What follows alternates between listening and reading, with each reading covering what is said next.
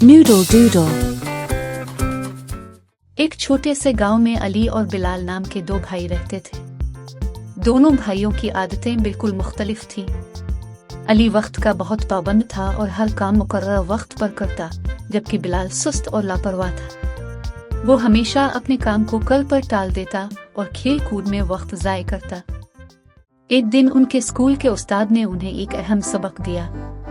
उस्ताद ने कहा, वक्त एक खजाना है जो कभी वापस नहीं आता।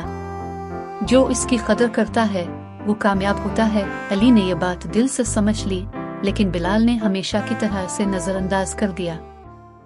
चंद हफ्तों बाद गांव में फसल काटने का वक्त आया। अली ने सोचा कि वो जल्दी काम खत्म करेगा ताकि आराम से बाकी वक्त गुजार सके। वो सुबह सवेरे खेत में गया और मेहनत से अपना काम मुकम्मल कर लिया।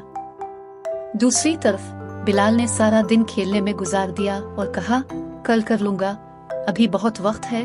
लेकिन अगले दिन बारिश हो गई और बिलाल की फसल खराब हो गई। बिलाल के पास न अनाज बचा और न ही खाने के लिए कुछ था। वो अली के पास गया और कहा, मुझे खाने के लिए अनाज दो, मेरी फसल खराब हो गई है।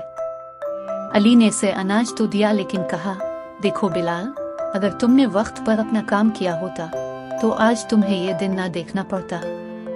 बिलाल को अपनी गलती का एहसास हुआ और उसने प्रॉमिस किया कि आइंदा वो वक्त ज़ाय नहीं करेगा।